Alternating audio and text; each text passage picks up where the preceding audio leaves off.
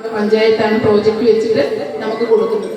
ഈ നിലവിൽ നമുക്ക് ചെയ്യാനുള്ളത് നമ്മുടെ സ്കൂളിനൊരു രജിസ്ട്രേഷൻ ചെയ്യുക എന്നുള്ള പ്രോസസ്സാണ്. അതിപ്പോൾ നടന്നുകൊണ്ടിരിക്കുന്നുണ്ട്. അതിന് വെള്ളത്തിൻ്റെ ഒരു ടെസ്റ്റ് നടത്തുമെന്ന് പറഞ്ഞിട്ടുണ്ട്. അതുകൂടായ നമുക്ക് ഇതിന് കൊടുക്കാൻ പറ്റും. ഏറ്റവും അടുത്ത ദിവസം 6 മാസത്തിനുള്ളിൽ നമുക്ക് കിട്ടിയാൽ നമുക്കതിന് ഒരു വർഷത്തേക്ക് 10 ലക്ഷം രൂപയാണ് നമ്മുടെ സാമൂഹ്യനീതി വകുപ്പ് നമുക്ക് പ്രോജക്റ്റിൽ വെച്ചിട്ട് നമുക്ക് തരുന്നത്. അപ്പോൾ ബാക്കി ഫണ്ട് നമ്മൾ പഞ്ചായത്ത് കണ്ടെത്തിയാൽ മതിയാവും എന്നുള്ളതാണ്. പിന്നീട് നമുക്കൊരു വാഹന സൗകര്യം എന്നുള്ളത് കൂടെ നമ്മുടെ അജണ്ടയിലുണ്ട്. നമ്മളത് എഴുതി കൊടുത്തിട്ടുണ്ട്.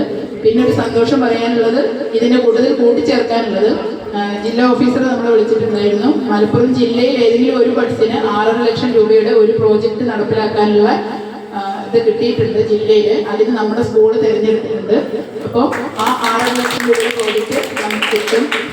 അപ്പോൾ അവർ വന്നാൽ നമ്മുടെ ആവശ്യം പറയുക, അത് അവർ തന്നെ നടപ്പിലാക്കി തരും എന്നുള്ളത്. ഫണ്ടായിട്ട് തരില്ല, ആ പ്രോജക്റ്റ് അവർ നമ്മൾ ആവശ്യപ്പെടുന്ന പ്രകാരം നമ്മൾ പറയുന്ന കാര്യം അവർ ചെയ്തു തരുന്നുള്ളത്.